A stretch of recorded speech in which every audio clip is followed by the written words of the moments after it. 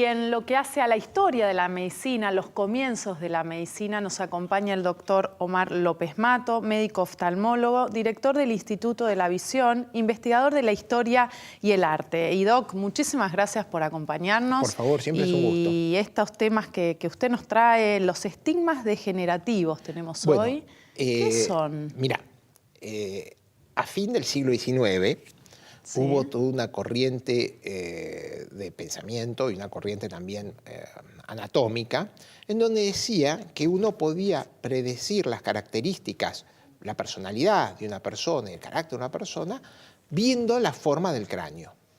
Entonces, hubo a lo largo del siglo XIX una cacería de cráneos para estudiar qué es lo que pasaba. Por ejemplo, el cráneo de Haydn, del músico Haydn, lo robaron porque querían ver a dónde estaba la genialidad de la música. Haydn escribió 100 sinfonías, entonces querían ver cómo alguien podía producir tanta música. Y bueno, robaron el cráneo de la tumba.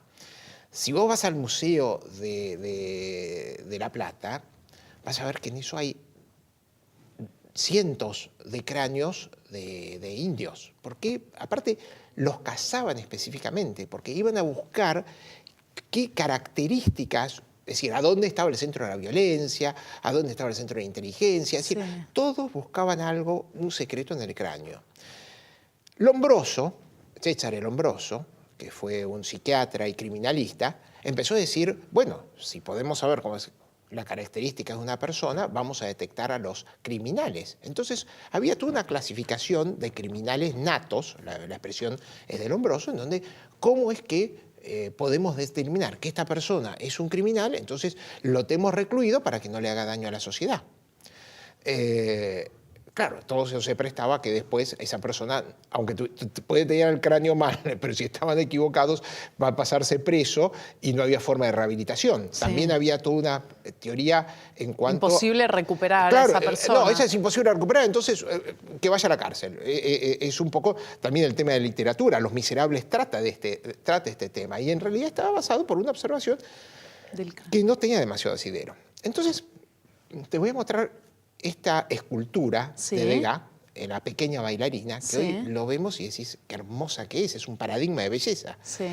Degas, primero, se dedica a la escultura cuando empieza a tener problemas visuales y ya no puede ver. Ahí la estamos viendo. Entonces empieza a modelar con sus manos, tenía más confianza en sus manos que en sus ojos. Sí. Entonces hace esta pequeña bailarina y cuando la expone, se arma un escándalo en París porque dijo, los ambrosianos, para decirlo de alguna forma, esas personas que estaban estudiando los cráneos, dicen, esta chica tiene todos los estigmas degenerativos, esta chica es una criminal, esta chica debería ser una prostituta.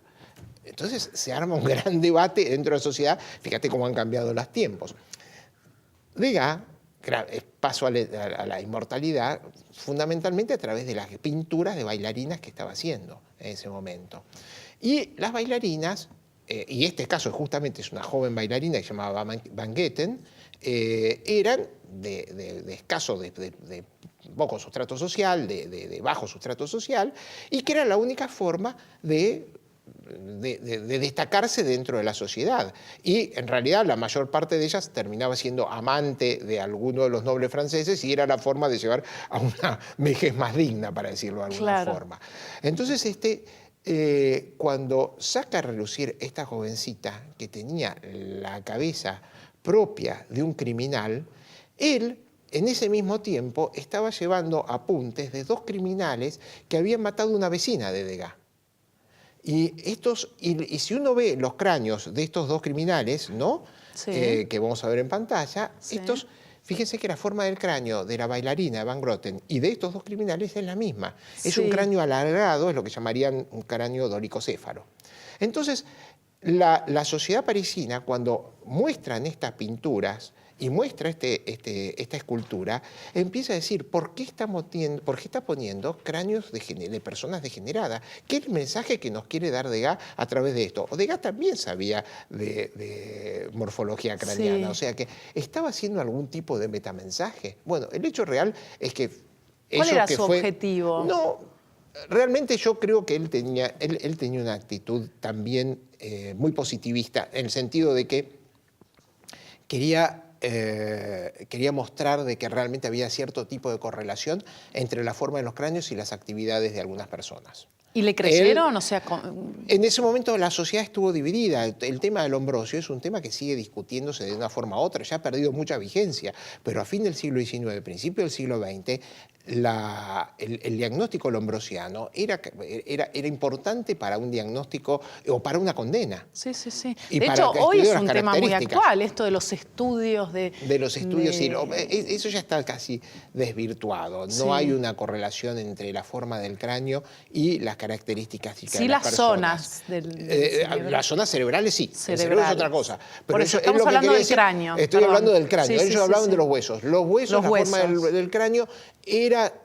simbólico o era significativo de algún tipo de deterioro psiquiátrico o deterioro firme. Y cuando muestran este caso de una bailarina y le pone el mismo cráneo que un cuadro que estaba haciendo en ese momento de dos criminales que fueron después guillotinados, había un metamensaje de Degas que creía en este tipo de... que era un poco el relato dominante científico dentro de la sociedad.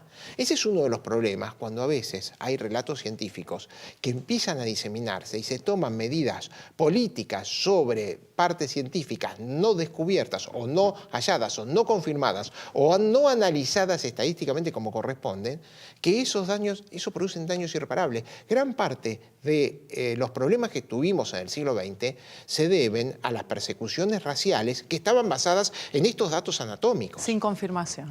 Y sin confirmación. El nazismo era una política que estaba basada en pseudociencias y que llegó a tener políticas raciales que llevaron a la muerte de millones de personas debido justamente a una mala interpretación de los datos científicos. Doc, muchísimas gracias, excelente mensaje. Por favor, muchas gracias a vos. Por siempre compartir toda esta información con nosotros. Enseguida volvemos.